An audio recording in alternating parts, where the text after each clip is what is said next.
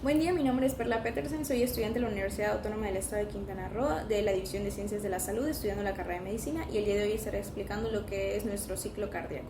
Bueno, ¿en qué consiste el ciclo cardíaco? Básicamente va a ser el inicio desde un latido hasta el siguiente latido. Esto aproximadamente va a durar 0.8 segundos y va a tener dos fases principales. Una va a ser la sístole y por otro lado la diástole. Estas van a ser contrarias la una a la otra. ¿Por qué? Porque la sístole va a consistir en ese momento de contracción del corazón que nos va a permitir dar la inyección a lo que es la circulación sistémica. Digo sistémica en este caso porque lo que es el esquema de Wiggers en el que me estaré apoyando se centra en lo que es el ventrículo izquierdo, entonces nos da la aorta, que nos da a su vez lo que es la circulación sistémica. Y bueno, por otro lado vamos a tener la diástole. Es ese momento donde el corazón se relaja, permitiendo lo que es la entrada de sangre a lo que son las cavidades de las aurículas, que básicamente se encargan de que les llegue la sangre para posteriormente dar nuestro inicio al ciclo cardíaco. Y bueno, ya iniciando con lo que es nuestro esquema de Wiggers, vamos a hacer aquí, acomodarnos un poco, y tenemos que la línea punteada acá nos va a representar lo que son las presiones auriculares. Por otro lado, la línea roja nos va a dar las presiones ventriculares, y la línea que está aquí arriba punteada nos va a dar la presión de la aorta, que más adelante la voy a estar mencionando. Y bueno, iniciando vamos a tener que, digamos que ya nuestras aurículas ya tienen la sangre necesaria, ya les llegó la sangre, entonces por lo mismo sube su presión, y vemos que llega a ser una presión mayor que la de los ventrículos. ¿Por qué es mayor a la de los ventrículos? Tengo que mencionar esto, dado que al final de cada ciclo vemos que ya posterior a la eyección baja lo que es la presión de los ventrículos, dando esto la posibilidad de que en el siguiente ciclo cardíaco pues esta presión sea menor a la de las aurículas. ¿Por qué es necesario esto? Dado que nuestro corazón funciona a base de lo que es nuestro gradiente de presión. La sangre va a pasar de donde hay mayor presión a donde hay menor presión. Así va a funcionar todo esto. Entonces, si vemos que aquí la aurícula ya tiene mayor cantidad de presión a comparación del ventrículo, pues ¿qué va a pasar? Un flujo sanguíneo. Se va a lograr vencer la presión necesaria para que se abra lo que es nuestra válvula mitral y se dé lo que es un llenado ventricular. Vamos a dividir el llenado ventricular en uno pasivo y en uno activo.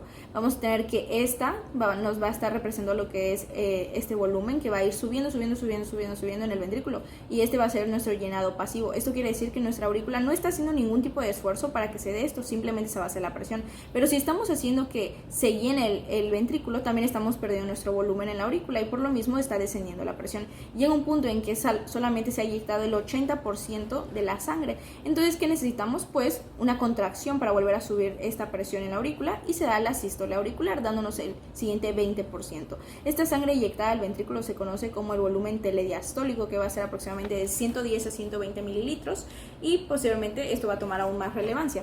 Bueno, ya tenemos la sangre en lo que es nuestro ventrículo. ¿Qué va a pasar? Pues ahora tenemos mayor presión en lo que es el ventrículo a comparación de la aurícula, ya que ya no tenemos volumen en lo que son nuestras aurículas. Entonces esto ocasiona que lo que es nuestra válvula mitral se cierre debido a este cambio de presiones, y así no haya un retorno de sangre. A su vez nos va a dar no solamente esto, sino también lo que es este cerrado de la mitral, que es una de las válvulas auriculoventriculares, el primer ruido cardíaco. Y bueno, ya pasando a esto, vamos a tener que llega un momento en el que entramos ahora sí en lo que es la contracción isovolumétrica. ¿Qué quiere decir esto?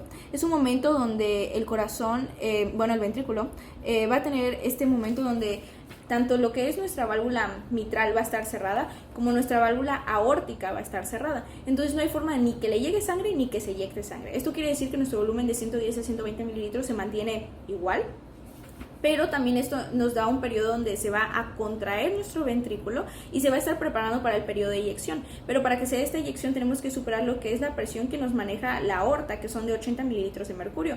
Entonces esto es la importancia que tiene este periodo de contracción isovolumétrica.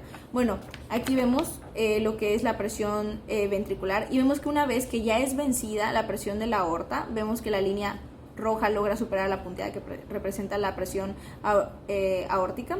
Es un momento donde ya podemos permitir este flujo de eyección, pero rápido. Es un momento donde va a pasar la sangre rápido, pero conforme vamos perdiendo el volumen en los ventrículos, también va descendiendo lo que es la presión ventricular. Entonces la aorta vuelve a tomar una mayor cantidad de presión, y por lo mismo tenemos un periodo de eyección ya más lento. Únicamente vamos a estar expulsando lo que es aproximadamente 70 mililitros de sangre, que es igual al 60% de nuestro volumen telediastólico, que esto va a ser igual, estos 70, a nuestra fracción de eyección, o sea, lo que es posible para el ventrículo de ser eyectado hacia lo que es la aorta para darlas a la circulación sistémica. Entonces, una vez de que ya completamente ha sido vencida la presión de los ventrículos, esto quiere decir que ya la aorta lo ha rebasado por bastante, vamos a tener un periodo donde ya se va a cerrar lo que es nuestra válvula sigmoidea, que anteriormente se logró abrir gracias al vencimiento de la presión, de que el ventrículo logró superar la presión de la aorta. Entonces esta se cierra. Pero ¿por qué se cierra? Bueno, es porque hay un momento donde la sangre que está en la aorta trata de volver a lo que es el ventrículo, debido a que como ya descendió la presión del ventrículo y ya aumentó la de la aorta, entonces pues si esto funciona de que van de mayor presión a menor presión, pues la sangre intenta retornar. Pero ¿qué ocurre? Pues la válvula sigmoidea se cierra, y esto es un dato importante porque nos va a dar el segundo ruido cardíaco, pero bueno, se cierra, entonces la sangre ya no puede retornar al ventrículo, pero ¿a dónde sí va? A las arterias coronarias para irrigar lo que es el corazón. Y bueno, ya se logró este cierre de la válvula auriculoventricular aórtica, y ya vamos a ver que pues la presión del ventrículo baja. Pero como les dije, solo se inyectó 70 mililitros de sangre. Esto no es igual a 110 ni a 120 mililitros. Entonces, ¿dónde queda el 50 mililitros? Bueno, este va a ser nuestro volumen sistólico, o sea, el volumen de sangre que queda después de la sístole, ya que el ventrículo jamás se va a vaciar completamente. Entonces, ya una vez que ha sido pues eyectada la sangre, vamos a tener que ir bajando la presión de lo que es nuestra aurícula, lo que es nuestro ventrículo, disculpen. Y una vez de que ya bajó la presión del ventrículo, pues simplemente vamos a dar inicio a lo que es nuestra relajación isovolumétrica. ¿Qué quiere decir esta relajación isovolumétrica? Pues aquí lo vemos representado, la relajación, y es que no va a haber, como ya no hay no está ni abierto la válvula sigmoidea para dar una eyección, pero tampoco tenemos aún abierta lo que es nuestra válvula mitral, entonces no llega ni sale sangre, simplemente nos mantenemos relajados con esos 50 mililitros hasta esperar otra vez que el nodo sinusal, o sea la onda P, vuelva a despolarizar nuestra aurícula y volvamos a iniciar todo este ciclo cardíaco. Y bueno, eso es todo por mi parte, espero que haya servido y que haya sido clara nuestra explicación. Gracias.